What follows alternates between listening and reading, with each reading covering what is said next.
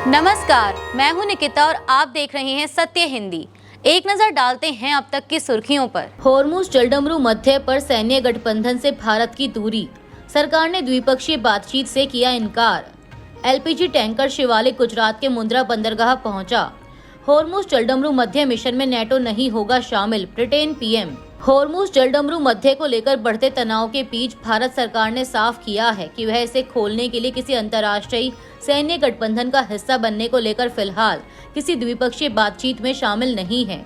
विदेश मंत्रालय के प्रवक्ता रणधीर जायसवाल ने नई दिल्ली में प्रेस ब्रीफिंग में कहा कि इस मुद्दे पर कई देशों के बीच चर्चा हो रही है, लेकिन भारत के साथ ऐसी कोई बातचीत नहीं हुई है।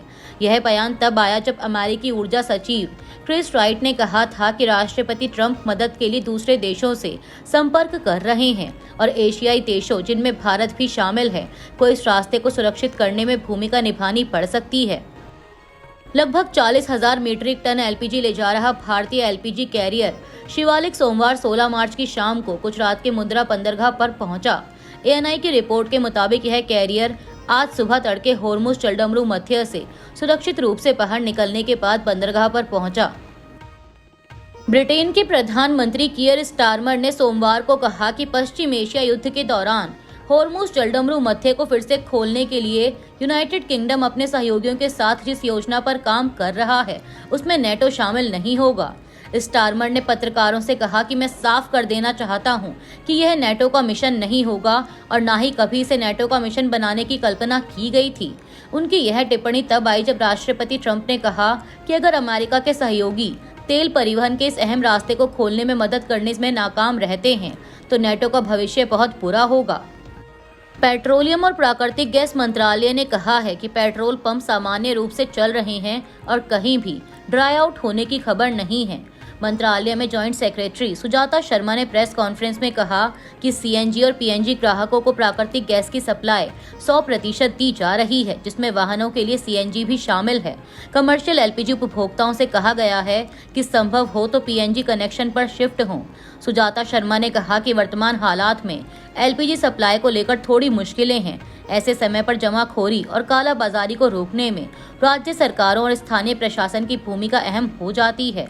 उन्होंने कहा कि लगभग सभी राज्यों में हालात पर नजर रखने के लिए कंट्रोल रूम बनाए गए हैं, छापे भी मारे जा रहे हैं। इसके अलावा ऑयल मार्केटिंग कंपनियों ने अपनी टीमें एक्टिव कर दी हैं और करीब 1100 जगहों पर अचानक जांच की गई, जिनमें रिटेल आउटलेट और एलपीजी डिस्ट्रीब्यूटर शामिल हैं। नेतन्याहू के नए वीडियो पर विवाद, सोशल मीडिया पर एआई डीपफेक होने का दावा। इस्राएल के प्रधानमंत्री बेंजामिन नेतन्याहू जिंदा हैं या नहीं, सोशल मीडिया पर अभी इसकी गुत्थी सुलझी भी नहीं थी कि उनके जिंदा होने के दावे के लिए डाले गए वीडियो ने और उलझनें बढ़ा दी। पहले नेतन्याहू का एक वीडियो आया था जिसमें 6 उंगलियां होने की बात कहकर एआई वीडियो का दावा किया गया था और अब एक नए वीडियो में नेतन्याहू कॉफी पीते नजर आए तो फिर से एआई वीडियो होने की बात कही जा रही है। दरअसल नेतन्याहू के सोशल मीडिया अकाउंट से एक वीडियो शेयर किया गया जिसमें वे एक कॉफी शॉप में कॉफी पीते हुए अपनी मौत की अफवाहों का मजाक उड़ाते नजर आए, लेकिन यह वीडियो वायरल होते ही विवाद बढ़ गया। कई यूजर्स ने दावा किया कि यह वीडियो एआई से बनाया गया डीप फेक है। एआई चैटबॉट क्रोक ने भी यूजर्स के सवालों के जवाब में कहा कि यह वीडियो एआई जनरेटेड डीपफेक हो सकता है। लोगों ने वीडियो में कई गड़बड़ियां बताई, जैसे कप छुपने के बावजूद कॉफी का स्तर नहीं बदलना, होठों की मूवमेंट का आवाज से मेल ना खाना और हाथों की अस्वाभाविक हरकतें। आगामी विधानसभा चुनाव 2026, बीजेपी ने बंगाल में 144 और केरल में 47 उम्मीदवारों की लिस्ट जारी की। बीजेपी ने आगामी विधानसभा चुनाव के लिए पश्चिम बंगाल के 144 और केरल के 47 उम्मीदवारों की लिस्ट जारी कर दी है। बीजेपी ने शुभेंदु अधिकारी को बंगाल की 2 सीटों से उम्मीदवार बनाया है। अधिकारी को नंदीग्राम और भवानीपुर से चुनावी मैदान में उतारा गया है। वर्तमान में मुख्यमंत्री ममता बनर्जी भवानीपुर से ही विधायक हैं और शुभेंदु अधिकारी ने उन्हें नंदीग्राम से चुनाव हराया था। वहीं बीजेपी ने केरल में राज्य बीजेपी के अध्यक्ष राजीव चंद्रशेखर को नेमोम सीट से उम्मीदवार बनाया है। चंद्रशेखर ने साल 2024 में तिरुवनंतपुरम सीट से कांग्रेस सांसद शशि थरूर के खिलाफ चुनाव लड़ा था, लेकिन वो हार गए थे। बता दें कि चुनाव आयोग ने रविवार को ही 4 राज्यों पश्चिम बंगाल, केरल, तमिलनाडु और असम के साथ साथ केंद्र शासित प्रदेश पुडुचेरी में विधानसभा चुनावों की तारीखों का ऐलान किया था। इन सभी के नतीजे 4 मई को आएंगे। 10 राज्यों की 37 राज्यसभा सीटों के लिए सोमवार को चुनाव हुए, जिनमें कई जगहों पर हंगामा और राजनीतिक आरोप देखने को मिले। 26 उम्मीदवार पहले ही निर्विरोध चुन लिए गए थे, जबकि बाकी 11 सीटों के लिए बिहार, ओडिशा और हरियाणा में वोटिंग हुई। निर्विरोध चुने गए नेताओं में शरद पवार, अभिषेक मनु सिंघवी, तिरुचि शिवा और विनोद तावड़े शामिल हैं। बिहार में कांग्रेस के 3 और आरजेडी के 1 विधायक की अनुपस्थिति के कारण एनडीए उम्मीदवारों की जीत लगभग तय मानी जा रही है। ओडिशा में भी सियासी हलचल रही, जहां विपक्षी दल बीजेडी और कांग्रेस के कुछ विधायकों पर निर्दलीय उम्मीदवार दिलीप रे के पक्ष में वोट देने के आरोप लगे, जिन्हें बीजेपी का समर्थन है। इस बीच ओडिशा के पूर्व मुख्यमंत्री नवीन पटनायक ने बीजेपी पर हॉर्स ट्रेडिंग का भी आरोप लगाया है। ट्रंप की नीतियों पर कनाडा की चुनौती। कनाडा ने ट्रेड पॉलिसी प्रस्ताव किए खारिज। इस्राएल में सरकार के खिलाफ जबरदस्त प्रदर्शन। अमेरिका के राष्ट्रपति डोनाल्ड ट्रंप की नीतियों को लेकर अंतर्राष्ट्रीय स्तर पर विरोध बढ़ता दिख रहा है। ईरान युद्ध के दौरान ट्रंप ने कई मित्र देशों और नेटो देशों से स्ट्रेट ऑफ हॉर्मुज में अपने युद्धपोत भेजने की अपील की थी, लेकिन Australia, Italy, Switzerland, Canada, Germany और साउथ कोरिया ने इनमें हिस्सा लेने से इनकार कर दिया। स्विट्जरलैंड ने तो अमेरिकी सैन्य गतिविधियों के लिए अपना हवाई क्षेत्र भी बंद कर दिया।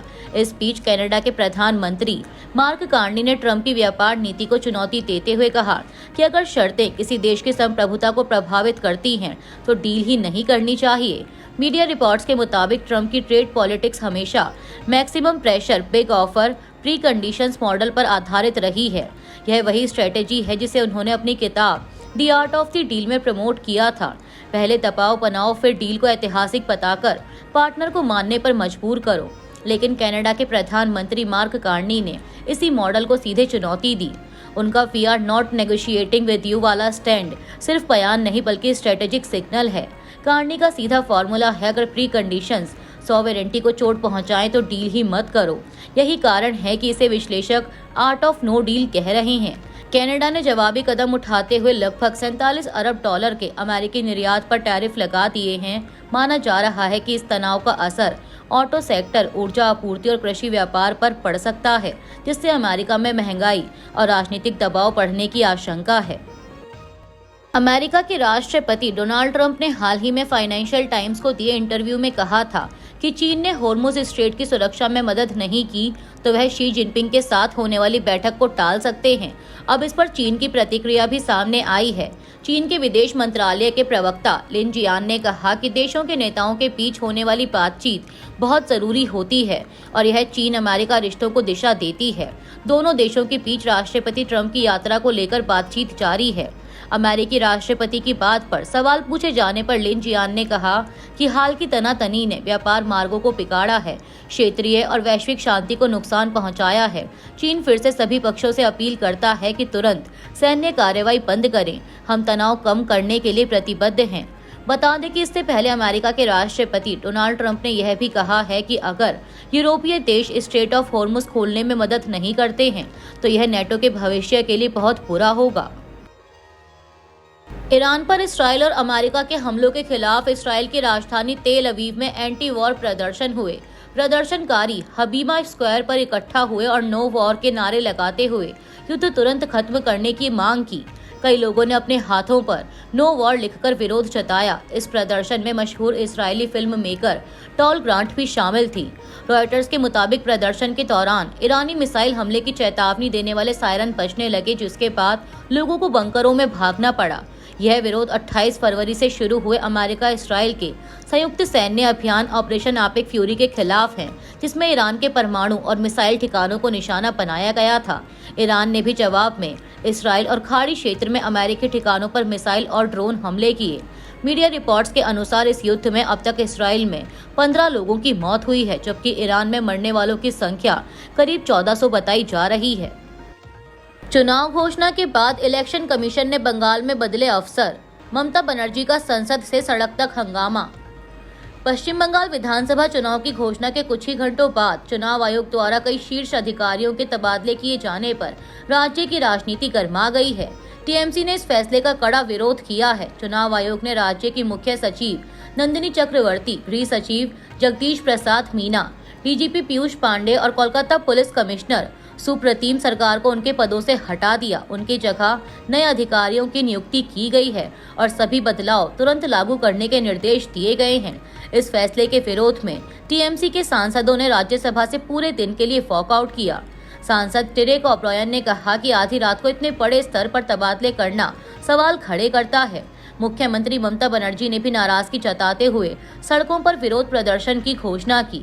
टीएमसी का आरोप है कि बीजेपी चुनाव जीतने के लिए सरकारी मशीनरी का इस्तेमाल कर रही है, जबकि केंद्र सरकार का कहना है कि चुनाव आयोग एक संवैधानिक संस्था है और उसके फैसलों पर सवाल उठाना सही नहीं है। बता दें कि पश्चिम बंगाल में 23 और 29 अप्रैल को 2 चरणों में वोटिंग होगी और 4 मई को वोटों की गिनती की जाएगी। अशोका यूनिवर्सिटी के प्रोफेसर महमूदाबाद को मिली राहत, मुकदमा चलाने से पीछे हटी हरियाणा सरकार। हरियाणा सरकार ने सुप्रीम कोर्ट को बताया है कि वह अशोका यूनिवर्सिटी के एसोसिएट प्रोफेसर और पॉलिटिकल साइंस विभाग के प्रमुख डॉक्टर अली खान महमूदाबाद के खिलाफ मुकदमा चलाने की मंजूरी नहीं देगी। सरकार ने इसे एक बार की उदारता बताते हुए यह फैसला लिया है। इसके बाद सुप्रीम कोर्ट की बेंच, जिसमें सीजेआई सूर्यकांत और जस्टिस जयमाल्या बागची शामिल थे, ने ट्रायल कोर्ट में चल रही कार्यवाही बंद करने का आदेश दे दिया। बता दें कि यह मामला मई 2025 में भारत के ऑपरेशन सिंदूर पर प्रोफेसर महमूदाबाद की फेसबुक पोस्ट से जुड़ा था। प्रोफेसर की पोस्ट को लेकर हरियाणा पुलिस ने सोनीपत के राई थाने में 2 एफआईआर दर्ज की थी और प्रोफेसर महमूदाबाद को 18 मई 2025 को गिरफ्तार किया गया था। उनके खिलाफ देश की संप्रभुता को खतरे में डालने, सार्वजनिक उपद्रव और धार्मिक वैमनस्य फैलाने जैसी धाराएं लगाई गई थी। हालांकि सुप्रीम कोर्ट ने पहले ही सरकार को उदारता दिखाने का सुझाव दिया था। वहीं अब सरकार के इस फैसले के बाद यह मामला पूरी तरह बंद हो गया है। नई टैरिफ नीति के बाद ही होगा भारत अमेरिका व्यापार समझौता। सरकार भारत और अमेरिका के बीच प्रस्तावित व्यापार समझौते को लेकर वाणिज्य सचिव राजेश अग्रवाल ने कहा है कि यह समझौता तभी साइन होगा जब अमेरिका नई टैरिफ व्यवस्था लागू कर देगा। उन्होंने व्यापार डेटा ब्रीफिंग में बताया कि फिलहाल नई दिल्ली और वाशिंगटन डीसी के बीच समझौते के विवरण पर बातचीत जारी है। यह बयान हाल ही में अमेरिकी सुप्रीम कोर्ट के उस फैसले के बाद आया है जिसमें ट्रंप प्रशासन द्वारा लगाए गए रेसिप्रोकल टैरिफ को रद्द कर दिया गया था। इसके बाद राष्ट्रपति ट्रंप ने कार्यकारी आदेश जारी कर आयातित सामान पर पहले 10% और बाद में 15% तक अस्थायी टैरिफ लगा दिया। फ्रांस के मैक्रोन की ईरान से क्षेत्रीय हमले रोकने की अपील। होर्मुज में आवाजाही बहाल करने पर भी बोले। फ्रांस के राष्ट्रपति इमैनुअल मैक्रोन ने बताया है कि उन्होंने ईरान के राष्ट्रपति मसूद पेजेश्कियान से बात कर मिडिल ईस्ट के देशों पर हो रहे हमलों को तुरंत रोकने की अपील की है। मैक्रोन ने कहा कि ये हमले सीधे हों या किसी प्रॉक्सी के जरिए इन्हें बंद किया जाना चाहिए, खासकर लेबनान और इराक जैसे देशों में। उन्होंने सोशल मीडिया पर बताया कि फ्रांस केवल रक्षात्मक भूमिका में काम कर रहा है और उसका मकसद अपने हितों, क्षेत्रीय साझेदारों और समुद्री आवाजाही की आजादी की रक्षा करना है। मैक्रोन ने साफ कहा कि फ्रांस को निशाना बनाना स्वीकार नहीं किया जाएगा। उन्होंने होर्मुज स्ट्रेट में जहाजों की आवाजाही को जल्द से जल्द बहाल करने पर भी जोर दिया। मैक्रोन के अनुसार क्षेत्र में स्थायी शांति के लिए एक नए राजनीतिक और सुरक्षा ढांचे की जरूरत है जो ईरान के परमाणु कार्यक्रम, बैलिस्टिक मिसाइलों और क्षेत्रीय गतिविधियों से जुड़ी चिंताओं को हल कर सके और यह सुनिश्चित करे कि ईरान कभी परमाणु हथियार हासिल न कर पाए। अभी के लिए इतना ही। बाकी की देश दुनिया की बड़ी खबरों के लिए जुड़े रहिए सत्य हिंदी के साथ।